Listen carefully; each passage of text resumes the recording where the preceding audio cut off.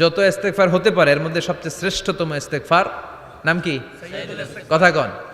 বুখারীর বর্ণনা, শাদ্দাদ ইবনে আউস রাদিয়াল্লাহু তাআলা আনহু বর্ণনা করেন, এই সাইয়্যিদুল ইস্তেগফার দিনের বেলা যে পড়বে ওই দিনে মারা গেলে সে জান্নাতি। এই সাইয়্যিদুল ইস্তেগফার রাতের বেলা যে পড়বে ওই রাতে যদি ইন্তেকাল হয় ওই লোকটা জান্নাতি। মুখস্থ আছে না? কার কার মুখস্থ হাত তুলেন। মাশাআল্লাহ, তাবারাকাল্লাহ, মাশাআল্লাহ, মাশাআল্লাহ।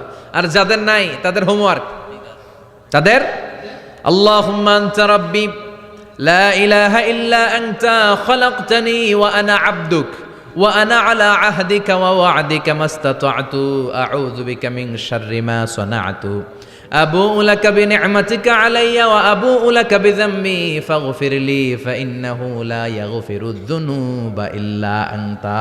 সুবহানাল্লাহ পড়েন। আজকে রাতে পড়ছেন, মারা গেলে জান্নাতি। চিল্লায় পড়েন না আল্লাহু আকবার।